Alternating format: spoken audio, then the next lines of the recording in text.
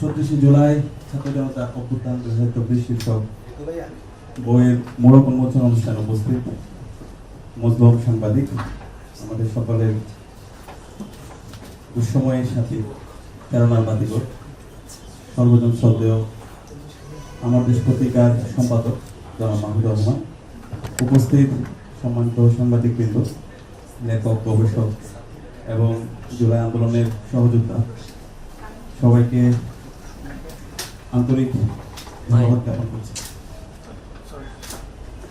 আমি যখন জুলাই নিয়ে কোনো কথা বলি অথবা জুলাইয়ের কোনো প্রোগ্রামে যাই অথবা জুলাইয়ের পরে যখন ছাত্র জনতার সামনে কথা বলি, তখন আমি নিজেকে কোনো একটা দলের অথবা কোনো একটা বর্গের মধ্যে আমি সীমাবদ্ধ করতে চাই না।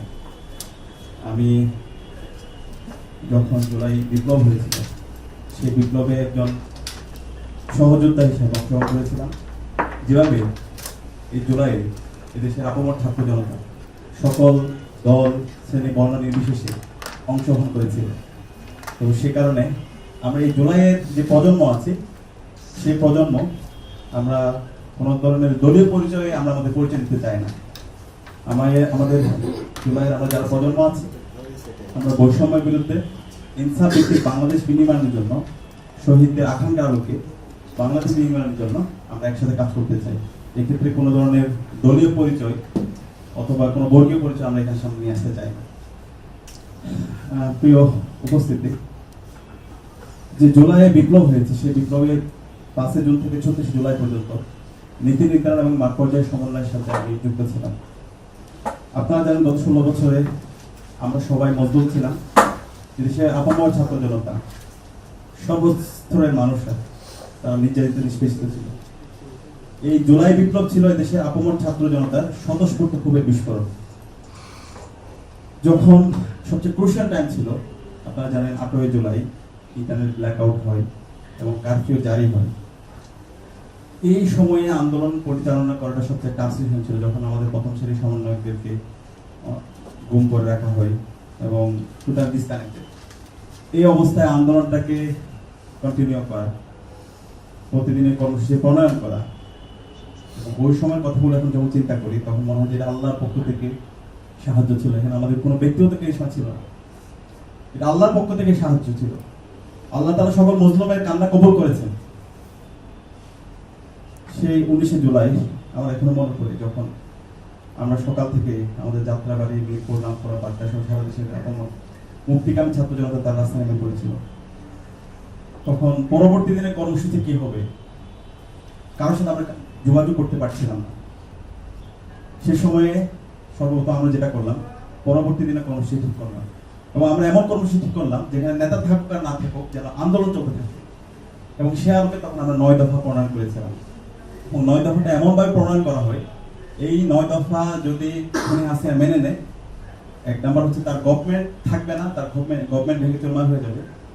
একই সাথে তার যে পার্টি স্ট্রাকচার আছে, সেই পার্টি স্ট্রাকচার চারো দিবেন।